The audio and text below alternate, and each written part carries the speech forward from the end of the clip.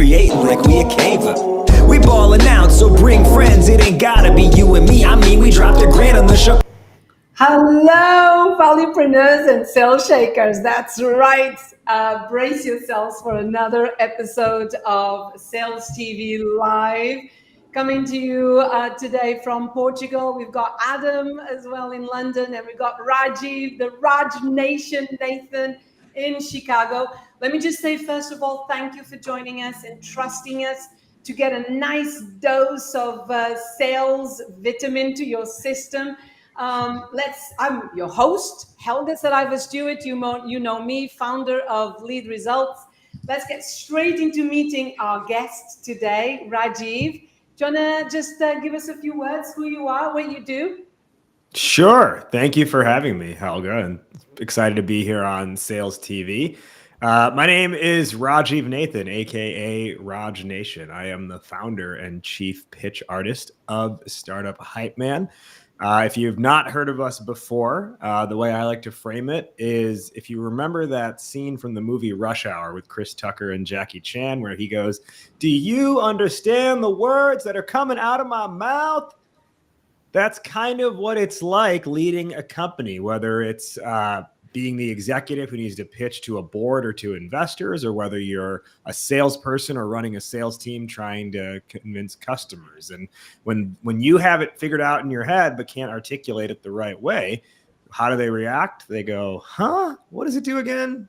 Or even worse, they go, oh, I get it. It's another insert generic comparison product here.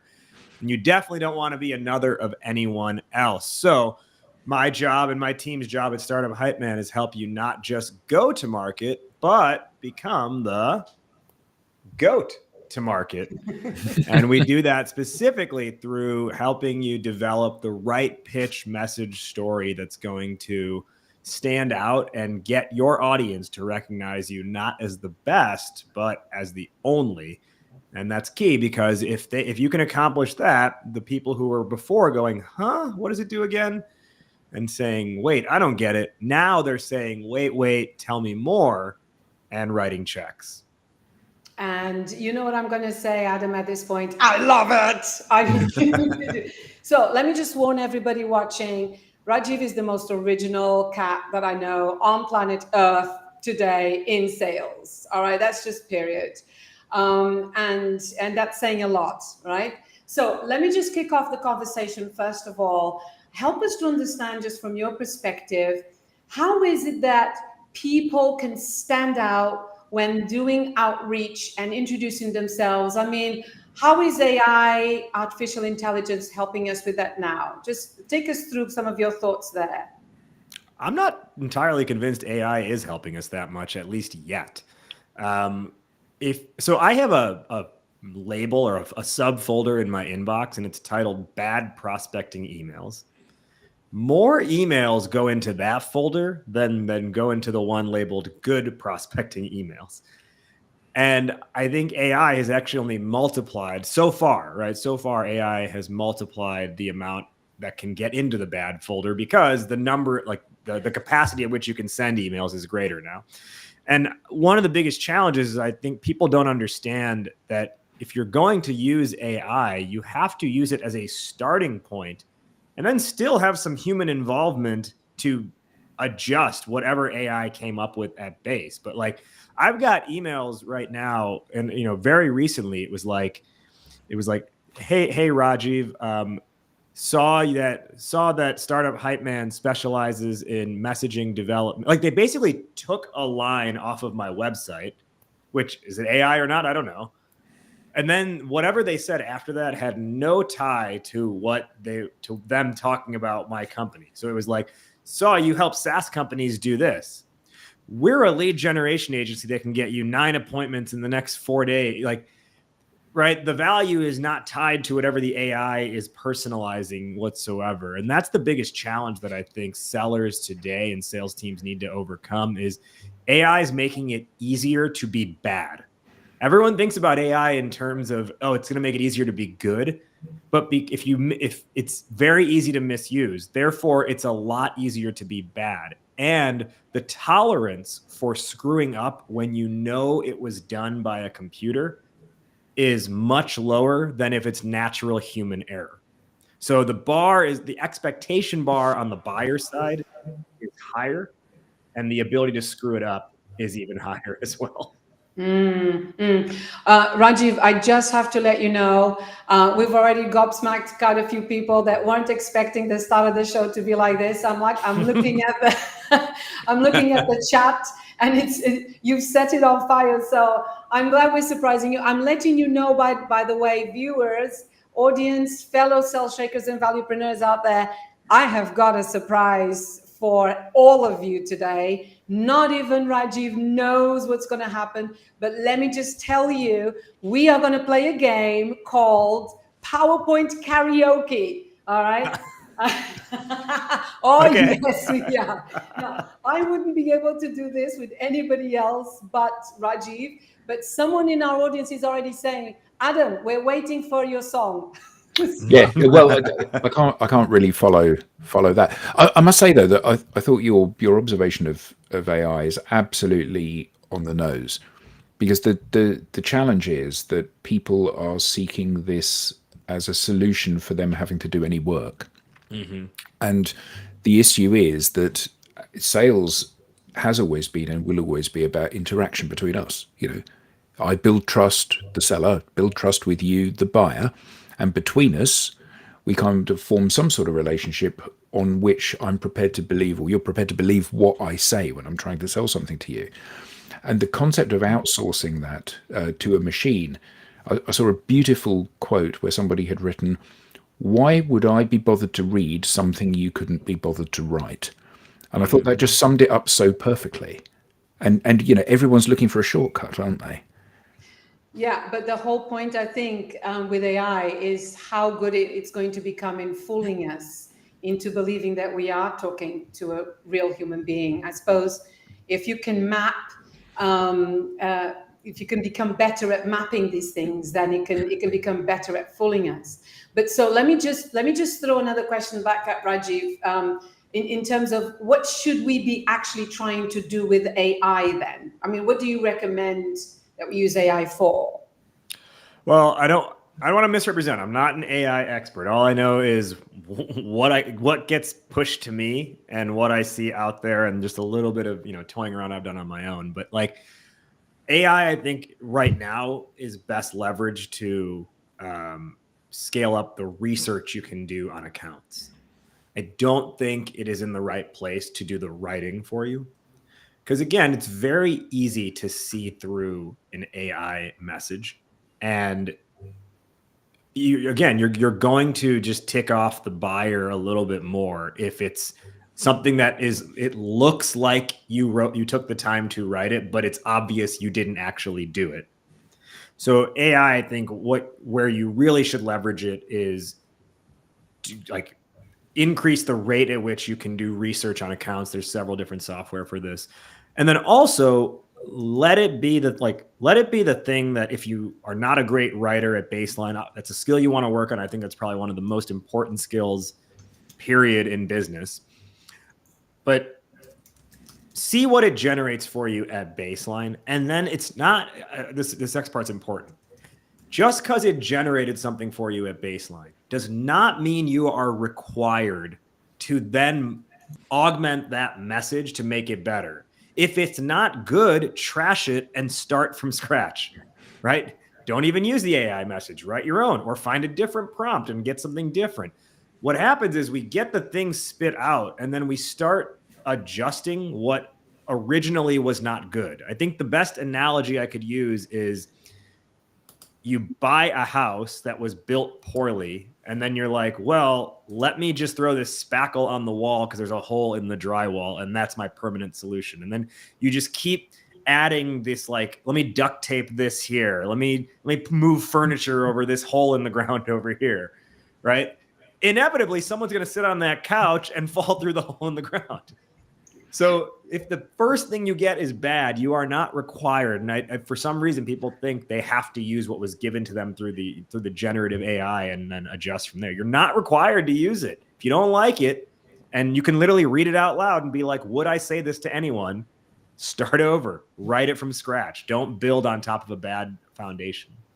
I tell you what I do like, and I keep stealing this line, your line, many a times in different situations, which is, don't be the best, be the only. So, help us to understand, how do you become the only? A lot of people say you need to become good at telling stories, but where does one start?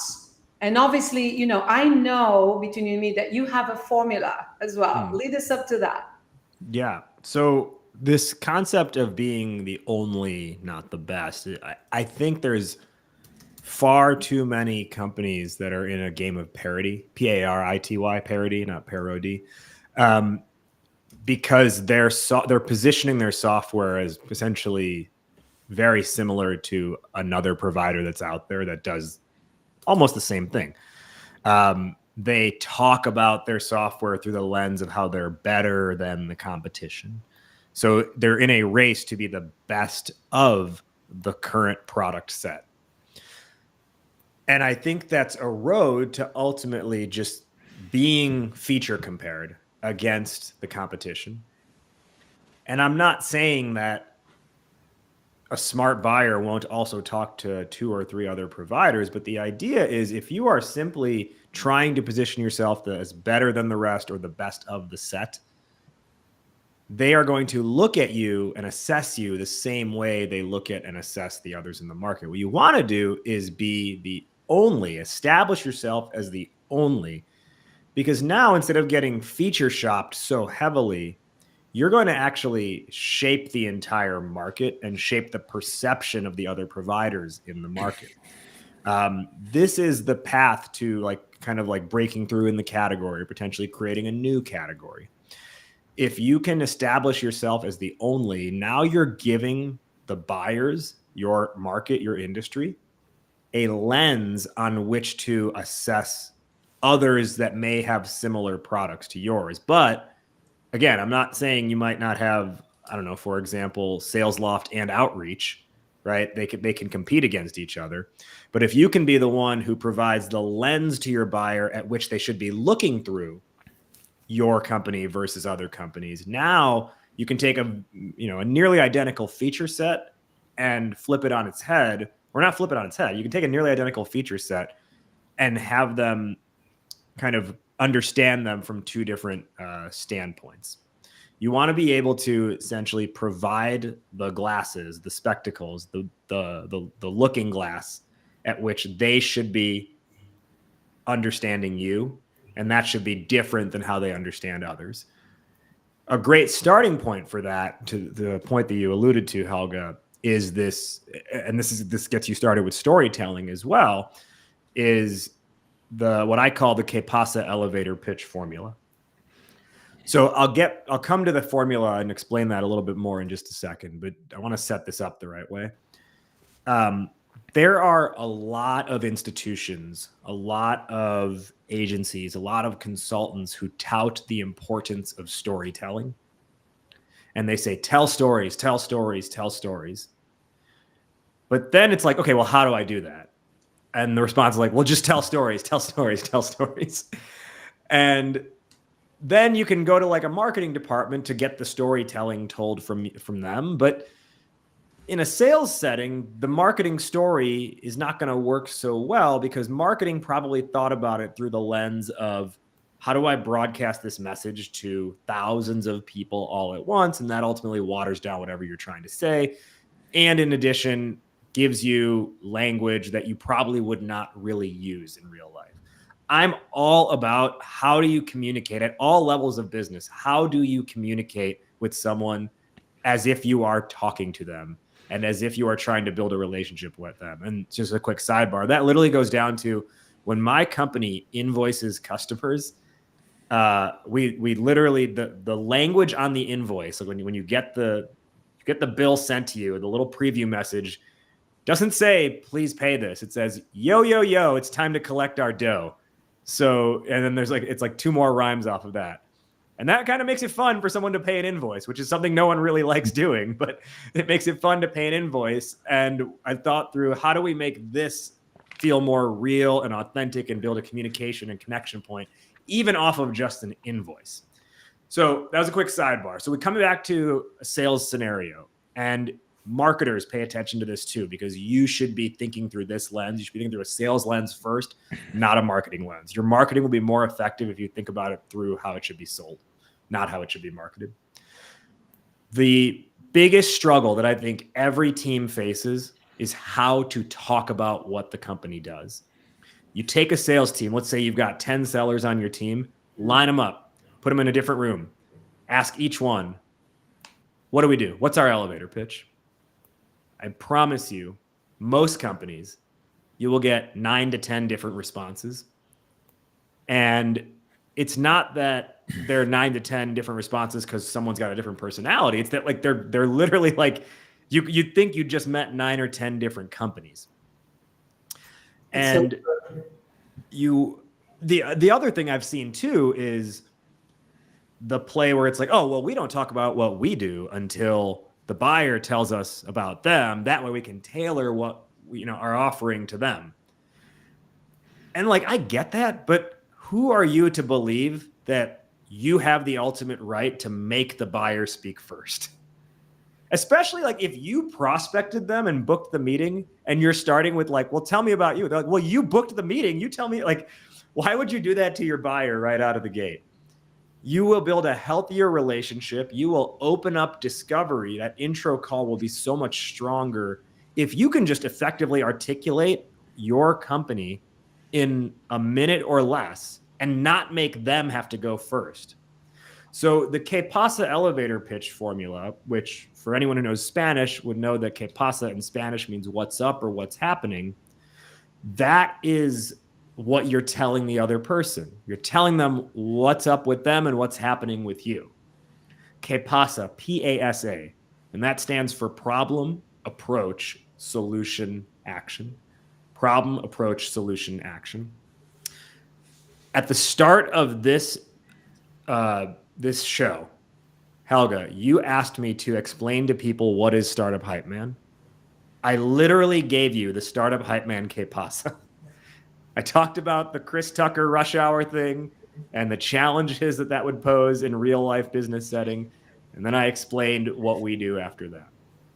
Most people are going to come on to an interview, wherever it is, and they'll say, yeah, so we're an AI-powered platform that does X, Y, and Z. And what you've unfortunately done is you haven't oriented the audience the right way. You haven't given them a reason to receive your solution. When you use Que Pasa, whether it's in an interview, whether it is on a sales call, whether it's in these other formats, you are effectively providing context and frame of reference first for why you should exist. Most importantly, though, you are leading with empathy.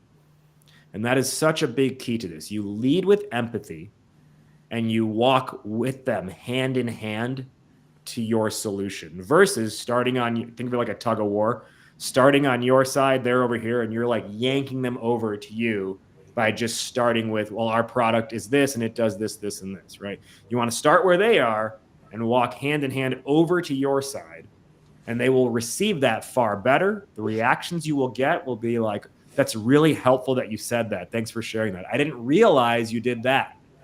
Oh, actually, what you were saying was just what we were talking about the other day, right? It will open up such a healthier and more productive discovery because they will feel seen. And that's what you want to do with that elevator pitch, and really all of your storytelling is make the audience feel seen. So, Que Pasa, problem, approach, solution, action. That is how you tell a story in a minute or less. Oh my gosh. I tell you what, you know what I'm going to ask next, because I love role plays, right? I love when our guests, walk the walk, talk the talk, and I know you can do that. So take us through what a discovery call would sound like with this Que Pasa formula approach. Yeah. So here's let's say, a typical discovery call, maybe you're going to try and set an agenda. So you're on that discovery and you're like, hey, I'm really excited to talk to you today. I think the best way this call can work, I definitely want to learn about, everything about what you have going on your side and tell you about what we do. Why don't I first just give you a quick upfront so you understand us? And I think that'll be a nice dovetail into learning about you. And then once I've asked, once we've had a decent conversation, I can further expand on that intro I gave to help see if what we have is a fit for you. So think about that's how you're going to set this up. And then they're like, yeah, that sounds great. Cool. I just want to make sure we cover this. Yeah. Okay. Perfect. Let's do that. Okay. So why don't I just give you a quick overview of what we do? And then that's where you give your K-Pasa, which, in my case, it's what I said earlier, right? It's that rush hour thing. Another example I can give you off the top of my head would be there's a company we worked with a few years back in the e-commerce space called SearchSpring. Let me see if I can pull this one out of the hat because we did it a few years ago. I'm seeing if I remember it. It was something to the effect of so the reality is online shoppers hate it when they hit a site and can't find what they want. And when that happens, they won't stick around. It's not like that they won't purchase, but they won't stick around and they'll go to a competitor site to buy the thing that they want. Now, this happens to them when on your side on the back end, you get boxed in by a platform like you insert whatever platform that they're likely on. You get boxed in by let's say Magento or a WooCommerce that gives you the baseline, but then just has plugins to try and create these personalized solutions for the shoppers. And if that's how you're feeling on the back end, frustrated by the limitations, the shoppers are even more frustrated on the front end. SearchSpring gives you total control over your site so that your shoppers actually enjoy being there. Our solution set includes, I'm trying to remember now. Our solution set includes personalization tools, merchandising, and category management so that you can show the right product to the right shopper at the right time. Nice. And to anybody listening, the focus, even when you're talking about you're talking about the problem of your client, which is the exactly beauty, which is the whole point, right? So we're talking about you, not really. I'm talking about what you relate the most with, which is my understanding of your problems, which also at the same time builds credibility for you because. Right, automatically. So, are you ready? We are at the 23-minute mark. We are ready to play karaoke. We are ready to play PowerPoint karaoke. Okay, bring it on. Here we go. Okay, so here's what the challenge will be. I am going to show you 3 PowerPoint slides. And you need to imagine that you are at a discovery call with a prospect, high-value prospect. Adam, you ready? High-value prospect. And literally your marketing team has built these screens for you, and you now have to narrate these screens. You have 60 seconds per screen. Brace yourself. Wow. Here we go. By the way, audience, friends and colleagues, Rajiv has not seen these screens before, okay? Here we go. First screen, 60 seconds, starting now. The amazing avocado. What? The amazing avocado launcher 3000. Who doesn't need to launch avocados? Okay. Perfect when slicing and dicing. Just no. Okay. All right. So I got to K-Pasa pitch this now. That's the idea. Go all for right. it. Okay. Helga, your party just started. Your guests have arrived. They're hamming it up with each other, grabbing drinks out of the cooler. And you're saying, yeah, start with the appetizers. They're over there on the table down the hall. They start picking up the salad plates. And it's in that moment that you notice, oh no, I forgot the avocados. And the whole taste profile of that salad rests on those avocados. What can you do? Your guests are already there. You can't just sit at a cutting board, slicing and dicing away for the next 10 minutes. They'll already eaten the salad by then. You can't be caught between, when you need avocado, you can't find yourself in a pit. The amazing. Let me think here. What's the approach of this one? That is it. That is it. 60 seconds up. All right. Next one. I love the pick, by the way. Next one. Go, go, go. The desk nap capsule for when coffee just won't cut it. Boost productivity with micro naps. Includes white noise machine, mini bar, and adjustable snooze settings. Okay. It's 2 p.m. The afternoon lull has hit. You just came off one meeting that ended at 1:59, and your next meeting starts at 2:30. The nearest cafe is a 20-minute walk. And if you try and drive, you're going to get into your car and spend 15 minutes just finding parking. Coffee's not available. What do? Don't go for the beverage. No, wait. Don't go caffeine. Go capsule with the desk nap capsule. Get your afternoon recharge by taking a nap underneath your desk with all the with a white noise machine, a mini bar if you do need a coffee for when you wake up, a pillow, and adjustable snooze settings. So when 2:29 hits, you're back up in your chair and ready to go. Last one. Nelson, oh wow. Nelson Mandela, just straight up Nelson Mandela. Okay. There's a lot of different directions I could take this.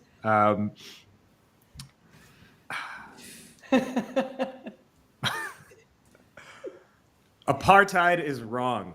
It's ripping apart families, dividing society, and holding back South Africa's presence on the world stage. The more we rely on apartheid, the more we stay apart from being an economic superpower amidst Africa as a continent and the world at large. We love it. We need a leader.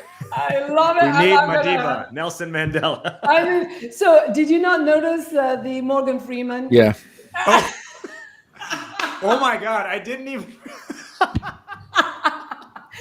That's how much I associate the two. There you go, folks. And this is how we catch Rajiv. Morgan Freeman, thank you so much for your collaboration here.